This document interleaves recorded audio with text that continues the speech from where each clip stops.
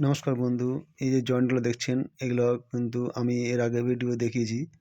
এগুলো এই যে প্রতিটা কাঠে কিন্তু গ্রুপ কাটে এবং ভালোভাবে খিল দিয়ে জয়েন্ট করে নিতে হবে। তাহলে প্রতিটা জয়েন্ট কিন্তু খুব মজবুত হবে এবং এরারাইট চিট দিয়েই কিন্তু জয়েন্ট করবে, তাতে করে যে জয়েন্টে ছাড়ার সম্ভাবনা খুব কম।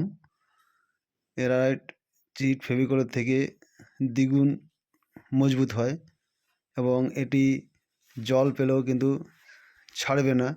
ফেভিকল কিন্তু জল পেলে ছাড়ে যাওয়ার সম্ভাবনা থাকে। এই যে এরাইট চিটগুলো, এগুলো দিয়ে কিন্তু এগুলো প্রতিটা আমি যে পাল্লার কাঠগুলো দেখছো এগুলোর প্রতিটাই জয়েন্ট করেছি আমি। বোর্ডের কাঠ বা যে কোনো কাঠ জয়েন্টে কিন্তু আমি সাধারণত আমি এরাইট চিট দিয়ে আমি করি।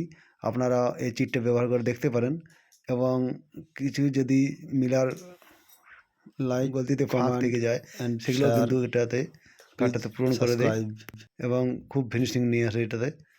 এগুলা আপনারা ট্রাই করতে পারেন, ট্রাই করে দেখবেন, এটা খুবই একটি মজবুত চিট। আপনারা কিন্তু ফেভিকলও ব্যবহার করতে পারেন। আমি কিন্তু প্রতিটা কাজেই এরাইট চিট ব্যবহার করি, আপনারা করবেন। এটার দাম বেশি কিন্তু কাজ ভালো। ভিডিওটা দেখার জন্য অসংখ্য ধন্যবাদ। সবাই ভালো থাকো।